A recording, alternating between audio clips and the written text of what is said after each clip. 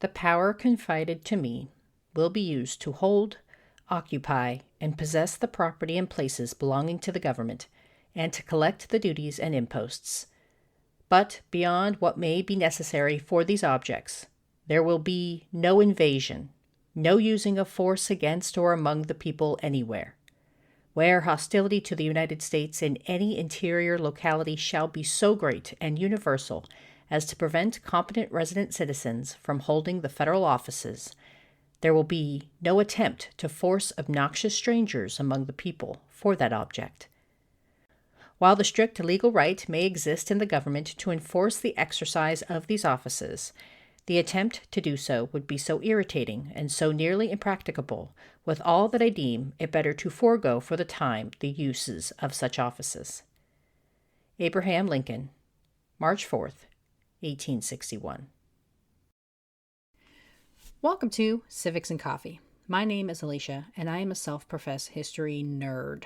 Each week, I'm going to chat about a topic on U.S. history and give you both the highlights and occasionally break down some of the complexities in history and share stories you may not remember learning in high school, all in the time it takes to enjoy a cup of coffee.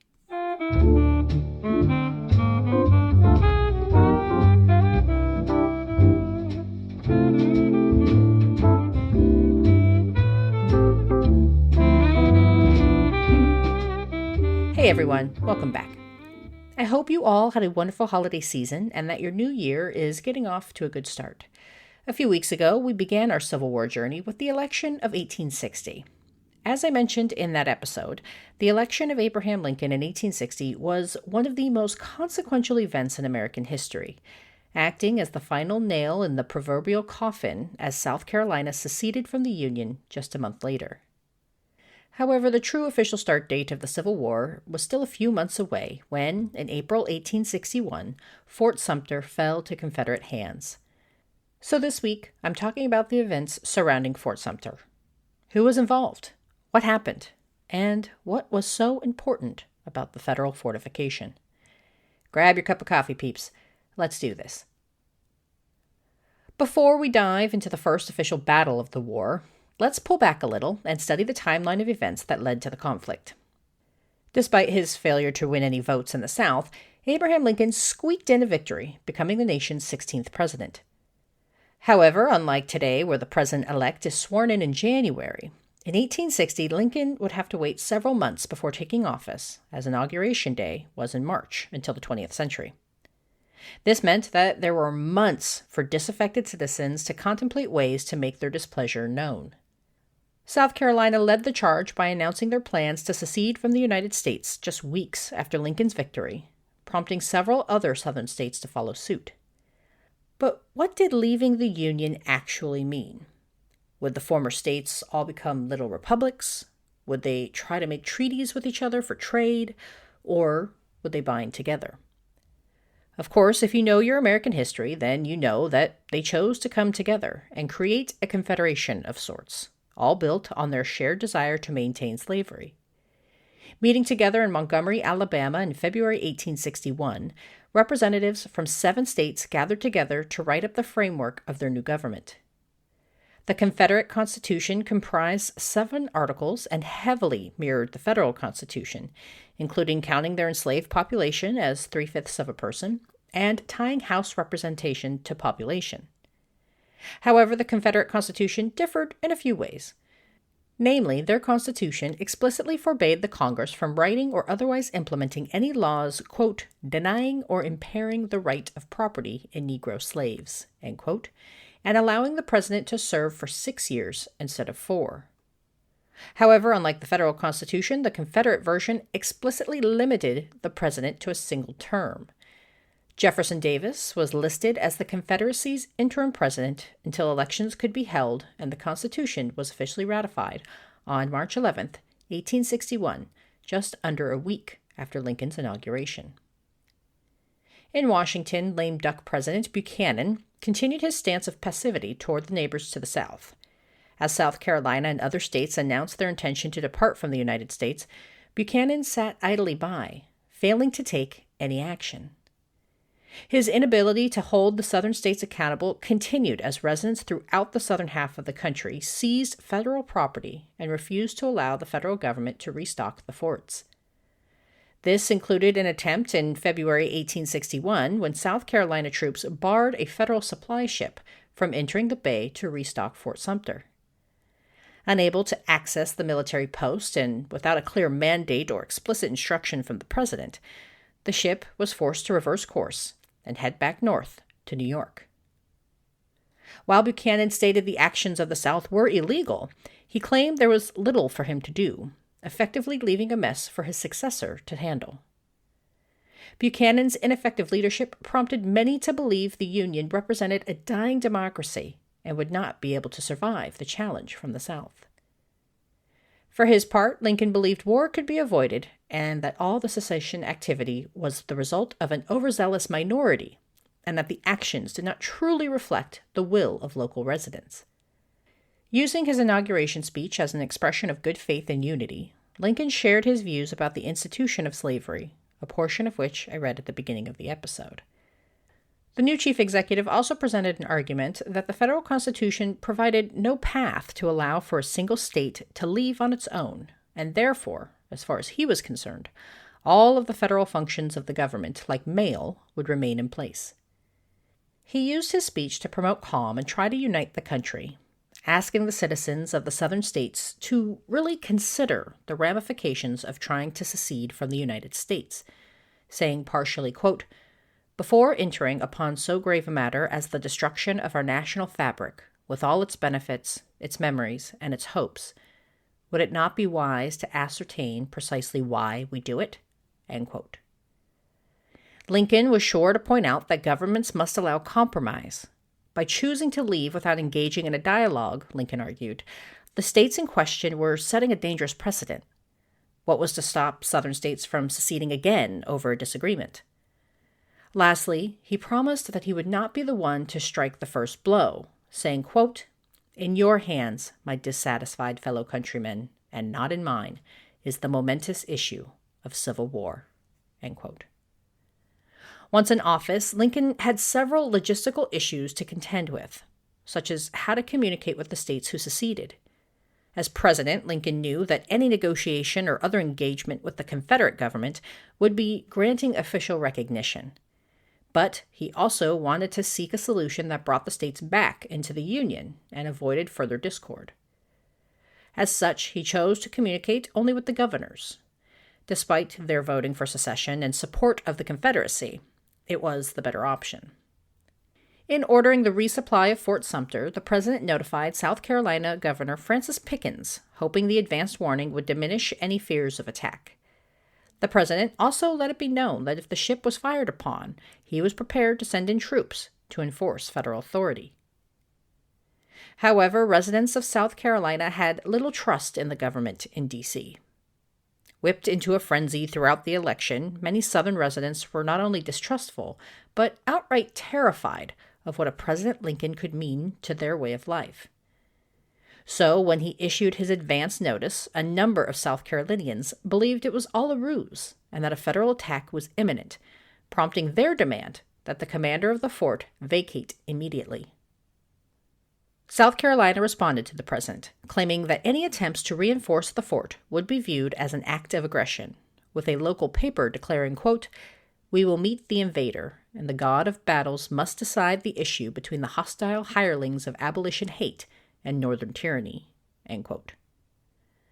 The two sides continued to inch closer toward the inevitable, but both misjudged the other. Many Southerners believed they could peaceably leave the United States and avoid any violent confrontation, while Lincoln and many in the North believed Southerners would never fire upon Fort Sumter. But what was so important about Fort Sumter? Primarily, location. Set in the middle of the Charleston Harbor, Fort Sumter represented one of 3 military fortifications built by the federal government to protect the area. Charleston Harbor was a very important southern port and represented one of the last remaining strongholds of federal authority in the South, with the other being Fort Pickens in Florida. Historians of the Civil War highlight that control of Fort Sumter represented a direct challenge to secessionists' claims of self-sovereignty. As long as the federal government maintained control of the fort, they demonstrated that the Southern states did not have the authority they claimed in their Declaration of Secession. Seeking counsel, some of Lincoln's cabinet suggested the president let go of the fort and appease the South. However, the president believed doing so would send the wrong message and would prompt not only a loss of confidence, but would also contradict everything he had been saying up to that point, which was that there was no mechanism that allowed for the creation of a new nation. Lincoln faced the first of several difficult choices. He could not, in good faith, make one of his first acts as president a conciliatory action toward an area in active rebellion.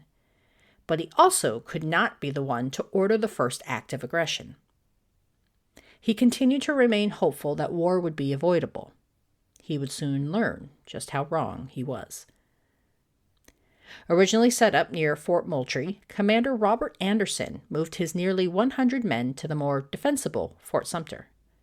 Seemingly itching for a fight, committed secessionists, referred to as fire eaters, painted Anderson's move as evidence that the federal government was denying the state's peaceful efforts to secede. Calling on men to come and defend their way of life, elites played heavily on fears of racial equality, claiming that failure to defend the South would lead to whites becoming slaves for blacks. The area surrounding Fort Sumter was quickly surrounded as nearly 3,000 men set up camp, ready for the order to advance.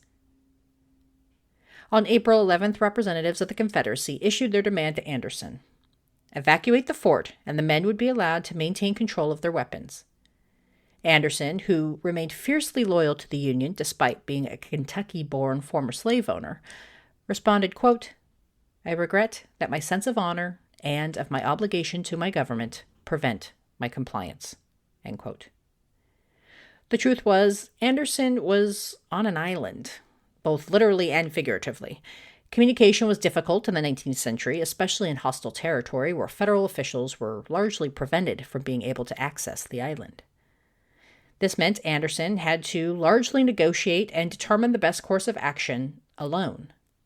His second-in-command, Abner Doubleday, was impressed with Anderson's restraint, later writing, quote, "He knew the first shot fired by us would light the flames of a civil war that would convulse the world, and try to put off the evil day as long as possible."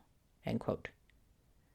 Described as both a soldier and seasoned diplomat, Robert Anderson did everything in his power to buy time. However, he was quickly running out of supplies, and with no restock coming, he knew time was not on his side. When Confederate representatives issued another demand on April 12th to surrender immediately, Anderson met with his men and took a vote. Should they acquiesce? The men said no. Anderson then asked what remained of their limited supplies and discovered the fort could be protected for only a few days at most and would require his men to go without food. With this knowledge in hand, Anderson made the difficult choice to tell his antagonizers that he and his men would vacate the fort, but not until the 15th of April, 3 days away.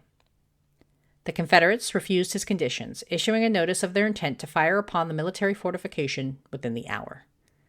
Anderson prepared his men, and at 4:30 a.m. on April 12, 1861, the first shots of the Civil War were fired. Anderson and his men did their best to protect the fort while conserving their minimal reserves.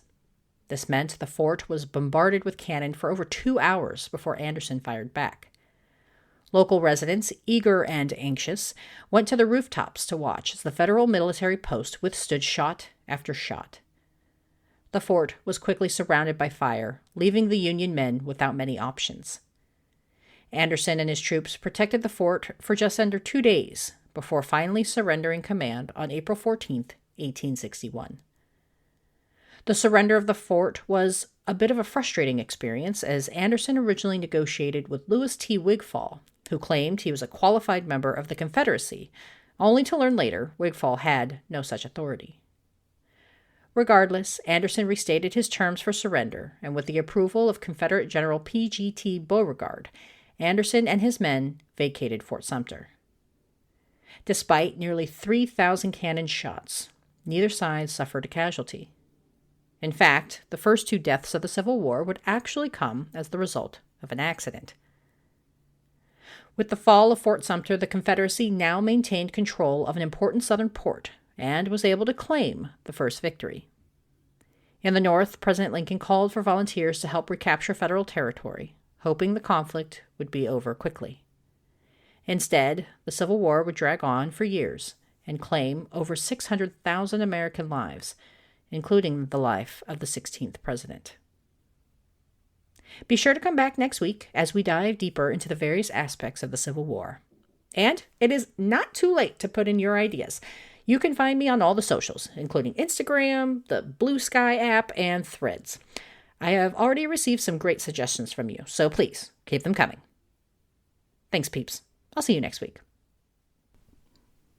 Thanks for tuning in, and I hope you enjoyed this episode of Civics and Coffee. If you want to hear more small snippets from American history, be sure to subscribe wherever you get your podcasts. Thanks for joining me, and I look forward to our next cup of coffee together.